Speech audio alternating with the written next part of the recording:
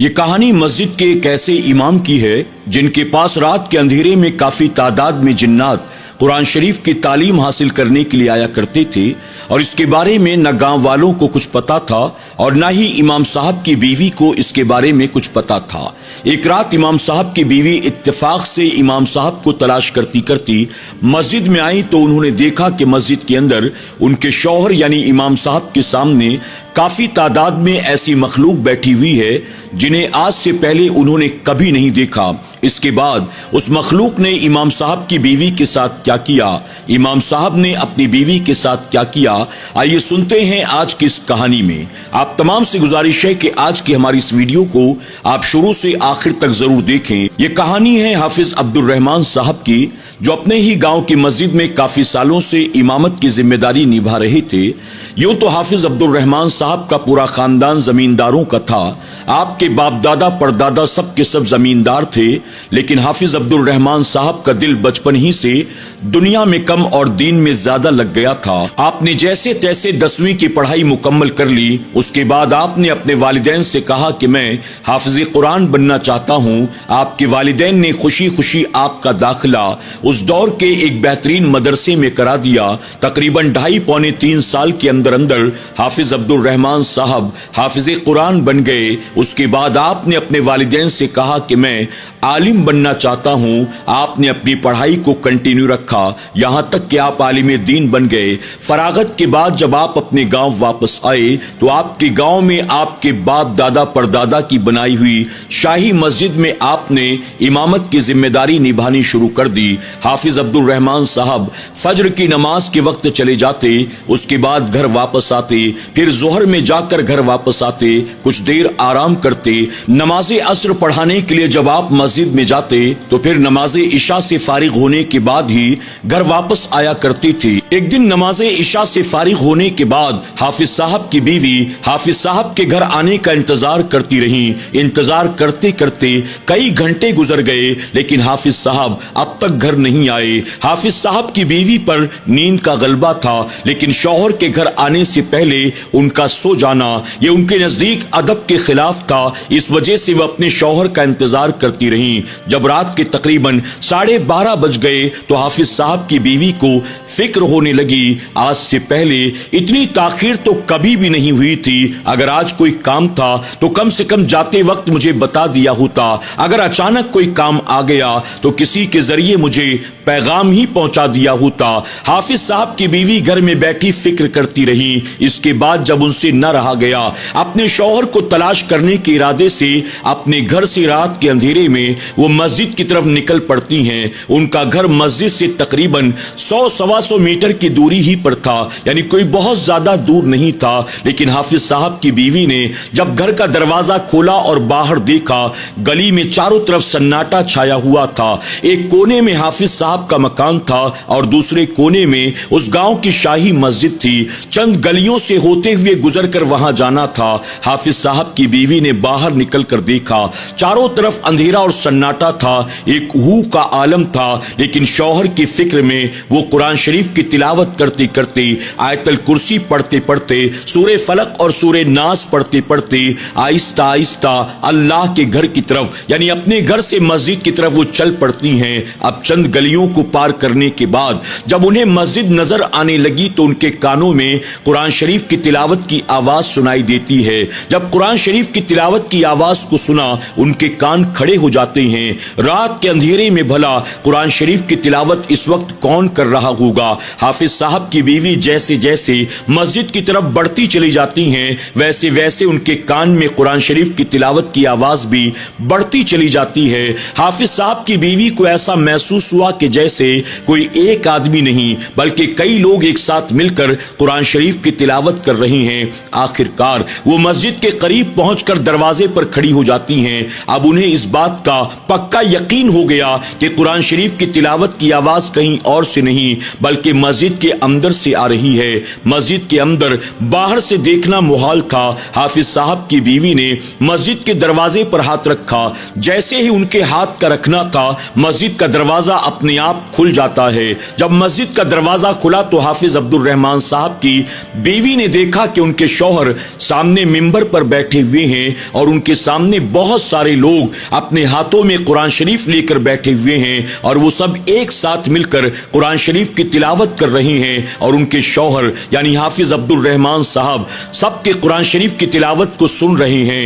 حافظ صاحب کی بیوی مسجد کے دروازے پر کھڑی حیرت کے ساتھ اس منظر کو دیکھ رہی تھی کہ آخر رات کے اندھیرے میں یہ کون لوگ ہیں جو میرے شوہر کو قرآن شریف سنا رہے ہیں۔ ابھی وہ یہ سوچ رہی تھی کہ حافظ صاحب کی نظر اپنی بیوی پر پڑتی ہے۔ حافظ صاحب نے جب اپنی بیوی کی طرف دیکھا تو تمام لوگ جو قرآن شریف کی تلاوت کر رہے تھے ایک ساتھ وہ بھی پلٹتے ہیں اور حافظ صاحب کی بیوی کی طرف دیکھنا شروع کر دیتے ہیں۔ اب جیسے ہی ان لوگوں نے مسجد کے دروازے پر حافظ صاحب کی بیوی کو کھڑا دیکھا، ان سب کے چہرے کے تاثرات بدل گئے، حافظ صاحب کے چہرے کا رنگ بھی بدل گیا۔ حافظ صاحب کی بیوی نے اس منظر کو دیکھا، ان کے دل پر ایک عجیب سی ہیبت طاری ہو گئی۔ اس کے بعد حافظ صاحب نے وہیں ممبر پر بیٹھے بیٹھے اپنے ہاتھوں کے اشارے سے یوں کہا کہ تم گھر چلی جاؤ۔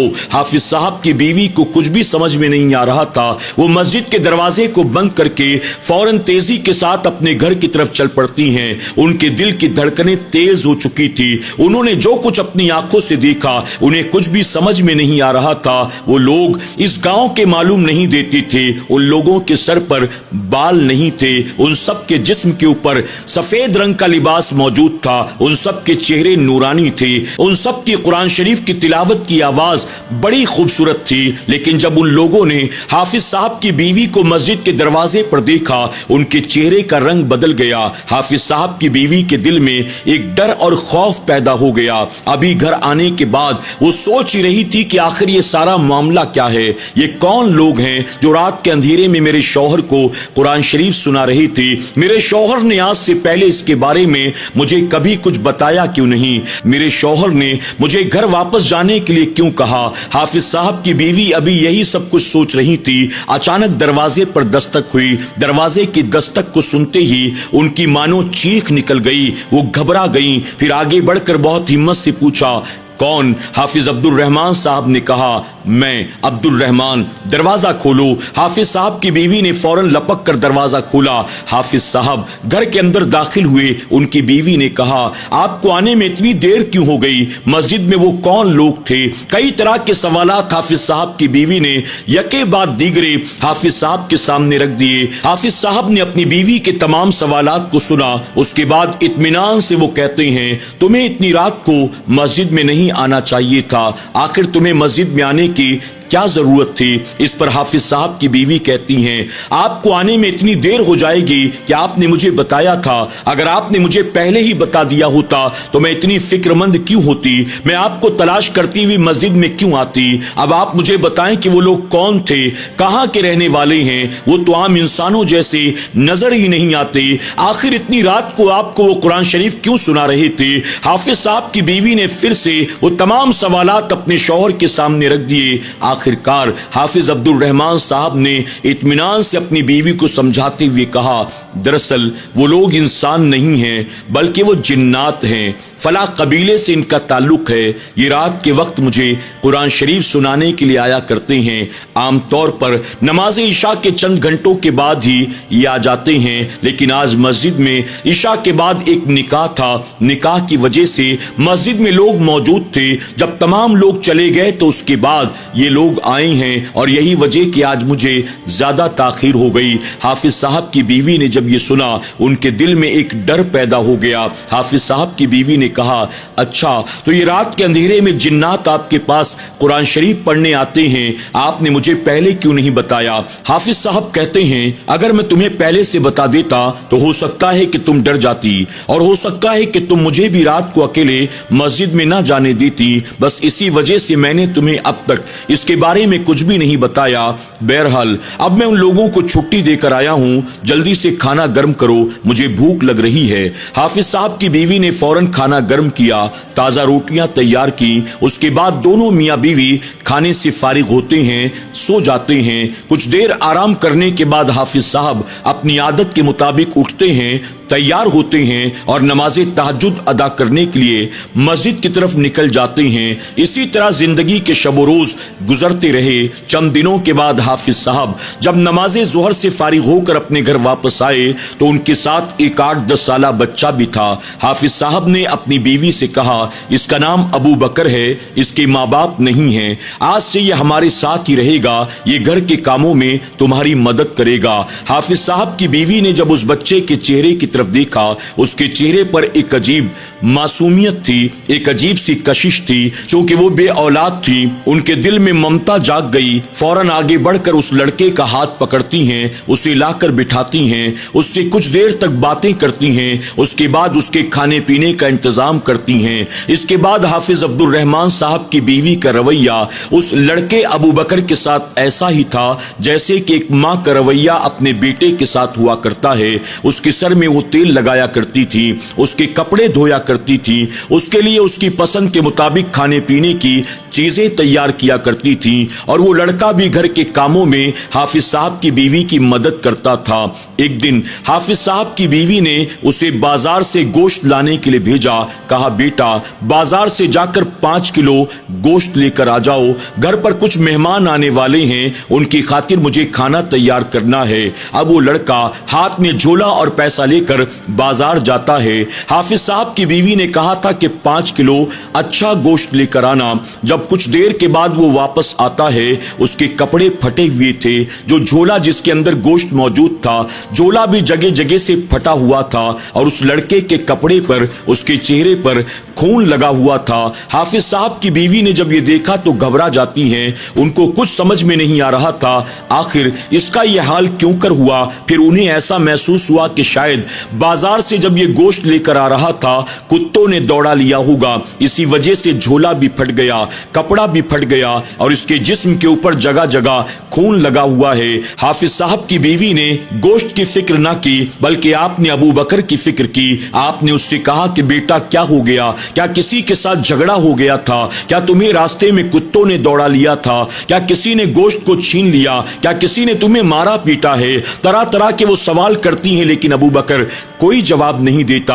آخرکار حافظ صاحب کی بیوی اس کے ہاتھ سے گوشت کا تھیلا لیتی ہیں، کہتی ہے جاؤ باتھ روم میں جا کر نہا لو، کپڑے تبدیل کر لو، میں تب تک کھانا تیار کرتی ہوں۔ ابو بکر باتھ روم کی طرف چلا گیا۔ حافظ صاحب کی بیوی گوشت کا تھیلا لے کر کچن میں آتی ہیں۔ جب گوشت نکالتی ہیں تو دیکھتی ہیں انہوں نے 5 کلو لانے کے لیے کہا تھا، لیکن جھولے کے اندر صرف تقریباً 1.5 کلو گوشت موجود تھا۔ حافظ صاحب کی بیوی کو اس بات پر یقین ہو جاتا ہے کہ اسی راستے میں ضرور کتوں نے دوڑایا ہوگا اور انہوں نے چھین کر گوشت کھا لیا ہوگا۔ حافظ صاحب کی بیوی اب کھانا بنانے میں مصروف ہو جاتی ہیں۔ حافظ صاحب کی بیوی کہتی ہیں اگر گھر کے کسی کاموں میں مزدور لگائے جاتے تھے تو اکیلا ابو بکر 10 لوگوں کے برابر کام کر لیتا تھا۔ میں اسے کوئی کام کہتی وہ فوراً بھاگ کر اس کام کو انجام دیتا۔ وہ کہتی میں 5 آدمیوں کے حساب سے کھانا تیار کرتی اور دسترخوان پر ابو بکر کو کھلانا شروع کرتی۔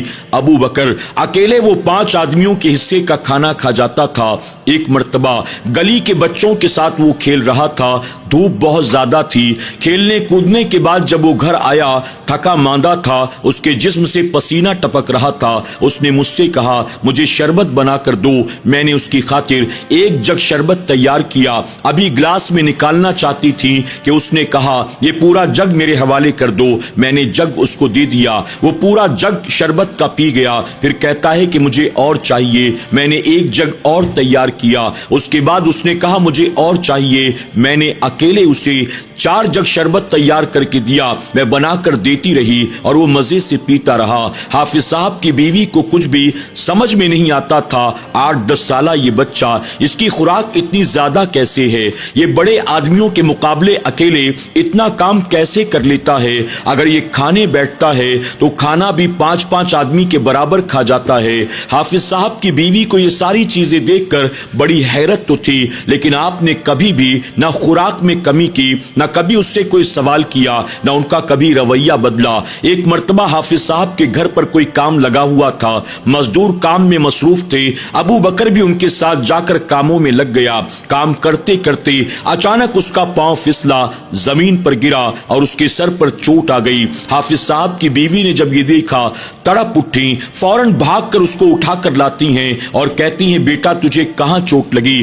حالانکہ چوٹ زیادہ نہیں لگی تھی، لیکن اس کے باوجود حافظ صاحب کی بیوی ماں کی ممتا کی بنیاد تڑپ اٹھتی ہیں، فوراً ابو بکر کو اپنے ساتھ گھر لاتی ہیں اور گھر لانے کے بعد اس کے زخم کو صاف کرتی ہیں، مرہم پٹی کرتی ہیں۔ اس کے بعد کہتی ہیں کہ بیٹا میں تمہارے سر پر تیل لگا دیتی ہوں، تھوڑی دیر کے لیے تم سو جاؤ۔ یہ کہہ کر حافظ صاحب کی بیوی ابو بکر کے سر پر تیل لگانا شروع کرتی ہیں۔ تیل لگاتے لگاتے انہیں محسوس ہوتا ہے جیسے ابو بکر کے سر میں کوئی چیز چبھی ہوئی ہو۔ حافظ صاحب کی بیوی کے ہاتھ میں 2-3 مرتبہ وہ چیز لگی۔ انہوں نے پوچھا کہ بیٹا یہ کیا ہے؟ اس پر ابو بکر نے کوئی جواب نہ دیا اور سر دبانے سے منع کر دیا۔ بہرحال بات آئی گئی ہو گئی، حافظ صاحب کی بیوی بھی بھول گئی۔ ایک دن پھر سے حافظ صاحب کی بیوی جب ابو بکر کے سر میں تیل لگا رہی تھی تو تیل لگاتے لگاتے ان کے ہاتھوں میں پھر دوبارہ وہی چیز چبھنے لگی۔ انہوں نے کہا بیٹا اس دن تم گر گئے تھے، تمہارے سر پر چوٹ آئی تھی، لگتا ہے اسی وقت تمہارے سر میں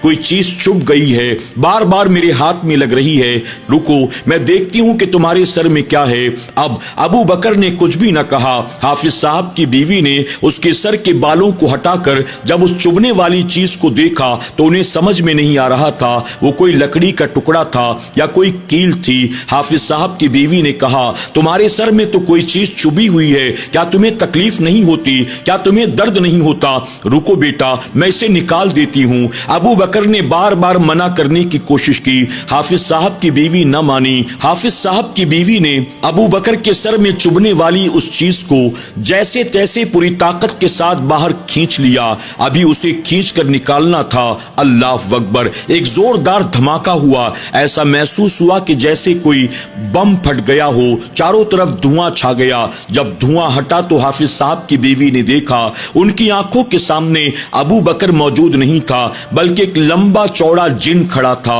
جس کا چہرہ بڑا کھونکھار تھا۔ وہ بڑی بڑی آنکھوں سے حافظ صاحب کی بیوی کی طرف دیکھ رہا تھا۔ حافظ صاحب کی بیوی نے جیسے ہی یہ منظر دیکھا ان پر غشی طاری ہو جاتی ہے۔ چند گھنٹوں کے بعد جب حافظ صاحب کی بیوی کو ہوش آتا ہے تو اپنے کمرے کے بستر پر وہ پڑی تھی، ان کے سرہانے ان کے شوہر بیٹھے ہوئے تھے۔ اپنے شوہر کو دیکھتے ہی حافظ صاحب کی بیوی کہتی ہیں ابو بکر کہاں ہے؟ ابو بکر کہاں ہے؟ ابو بکر کو کچھ ہوا تو نہیں؟ اس پر حافظ صاحب کہتے ہیں تم آرام کرو، تم ابو بکر کی فکر مت کرو، تمہیں آرام کی ضرورت ہے۔ اس پر حافظ صاحب کی بیوی کہتی ہیں ابو بکر کے سر میں تیل لگا رہی تھی، اس کے سر میں کوئی چیز چبھ رہی تھی، میں نے اس چیز کو جب کھینچ کر باہر نکالا اچانک زوردار دھماکہ ہوا، اس کے بعد پتہ نہیں ابو بکر کہاں چلا گیا۔ میرے سامنے ایک خونخوار سا جن کھڑا ہوا تھا جو مجھے غصے میں دیکھ رہا تھا، اسی وجہ سے میں بے ہوش ہو گئی۔ آخر اس نے ابو بکر کو تو کچھ نہیں کیا نا؟ اس پر حافظ صاحب کہتے ہیں اللہ کی بندی، وہ کوئی اور نہیں بلکہ وہی ابو بکر تھا جسے دیکھ کر تم ڈر گئی۔ حافظ صاحب کی بیوی کہتی ہیں وہ ابو بکر تھا؟ نہیں، یہ کیسے ہو سکتا ہے؟ ابو بکر تو کتنا پیارا سا تھا، کتنا چھوٹا سا تھا، یہ تو بڑا خونخوار تھا، کتنا لمبا چوڑا تھا۔ اس پر حافظ عبد الرحمان صاحب کہتے ہیں دراصل وہ ایک شریر جنات تھا، وہ ایک بدماش جن تھا۔ ہمارے گاؤں کی ایک لڑکی پر وہ عاشق ہو گیا تھا، اس لڑکی کو اور اس کے گھر والوں کو دن رات وہ پریشان کر رہا تھا۔ کئی مہینوں کی پڑھائی کے بعد جیسے تیسے میں نے اس پر قابو پایا تھا اور میں نے اس کے سر میں ایک کیل ٹھوک دی تھی، اور یہی وجہ ہے کہ وہ میرا غلام بن گیا تھا، میرا نوکر بن گیا تھا، اور اسی لیے میں اس کو ایک بچے کی صورت میں لا کر تمہارے حوالے کر گیا تھا اور تم نے اس کے سر سے اس کیل کو نکال کر اسے آزاد کر دیا۔ اللہ کی بندی، جنات کبھی بھی اس بات کو پسند نہیں کرتے کہ کوئی انسان انہیں اپنے قابو میں کر لے۔ حافظ صاحب کہتے ہیں میں نے بہت مشکل سے اسے قابو میں کیا تھا اور تم نے اسے آزاد کر دیا، اب وہ ایک نہ ایک دن ہم سے ضرور بدلہ لے گا۔ حافظ صاحب اس کے بعد حفاظت کے لیے جو کچھ بن پڑتا تھا وہ کرنا شروع کر دیا۔ دیا، آپ نے مسلسل پڑھائی شروع کر دی، آپ نے پورے گھر کا حصار بھی کر دیا، آپ نے اپنی بیوی کے گلے میں تعویذ بھی ڈال دیا۔ ایک دن حافظ صاحب جب گھر پر موجود نہیں تھے، اچانک گھر کے دروازے پر دستک ہوئی۔ حافظ صاحب کی بیوی نے پوچھا، کون؟ باہر سے آواز آئی، میں ابو بکر آیا ہوں۔ اتنا سننا تھا کہ حافظ صاحب کی بیوی نے فوراً تڑپ کر گھر کے دروازے کو کھول دیا۔ دیکھا تو سامنے وہی 8-10 سال کا لڑکا ابو بکر موجود تھا۔ حافظ صاحب کی بیوی یہ بھول گئی کہ یہ انسانی بچہ نہیں بلکہ یہ تو جنات ہے۔ حافظ صاحب کی بیوی فوراً آگے بڑھ کر اسے اپنے گلے سے لگاتی ہیں، اس کا ہاتھ پکڑ کر اپنے گھر میں لاتی ہیں، گھر میں لا کر بٹھا کر اس سے سوال کرتی ہیں، بیٹا تم کہاں چلے گئے تھے؟ تم نے جانے سے پہلے مجھے بتایا بھی نہیں۔ میں کب سے تمہاری محبت میں تڑپ رہی ہوں، تمہارا انتظار کر رہی ہوں۔ ابو بکر کہتا ہے، کیا کرتا، مجبوراً مجھے جانا ہی پڑا۔ آپ کی محبت کو دیکھ کر میں آپ سے ملنے کے لیے آیا ہوں۔ میں پوری زندگی آپ کے پاس آتا جاتا رہوں گا، بس آپ مجھ سے وعدہ کریں آپ حافظ صاحب سے میرے بارے میں کچھ بھی نہیں بتائیں گی۔ اگر آپ نے حافظ صاحب کو میرے بارے میں بتا دیا، ہو سکتا ہے کہ حافظ صاحب پھر سے میرے سر میں ایک بار کیل ٹھوک دیں، اس لیے آپ انہیں مت بتائیے گا۔ آپ نے مجھ سے جو محبت کی، آپ نے میری خاطر جو کچھ بھی کیا، میں اسے کبھی بھلا نہیں سکتا۔ میں آپ لوگوں سے وعدہ کرتا ہوں آپ کو اور حافظ صاحب کو زندگی میں کبھی بھی میں نقصان نہیں پہنچاؤں گا۔ میں آپ لوگوں سے محبت کرتا ہوں، آپ کے ساتھ رہنا چاہتا ہوں، لیکن میں کیا کروں، میں انسان نہیں ہوں، میں جنات ہوں، اس وجہ سے مجھے جانا پڑے گا، لیکن میں ہمیشہ آپ کی خدمت کرتا رہوں گا۔ جیسے ایک اولاد اپنی ماں کی خدمت کرتی ہے، اسی طرح میں آپ کی خدمت کروں گا، اور آپ بھی مجھے اپنا بیٹا سمجھ کر جو کچھ بھی میرے لائق کام ہو مجھے بتا دیجئے گا۔ اس کے بعد حافظ صاحب کی بیوی کہتی ہیں، وہ ہمیشہ مجھ سے ملنے کے لیے آتا جاتا رہا، وہ ہمارے یہاں سے بہت دور اپنے قبیلے میں رہتا تھا، یہاں تک کہ اس کی شادی ہو گئی۔ وہ اپنی بیوی کو بھی میرے پاس مجھ سے ملانے کے لیے آیا تھا، پھر اس کے گھر میں جب بچے کی ولادت ہوئی اپنے بیٹے کو بھی ساتھ لے کر آیا تھا مجھ سے ملانے کے لیے۔ حافظ صاحب کی بیوی کہتی ہیں، ایک طویل عرصے تک میں نے اس راز کو اپنے شوہر سے چھپائے رکھا،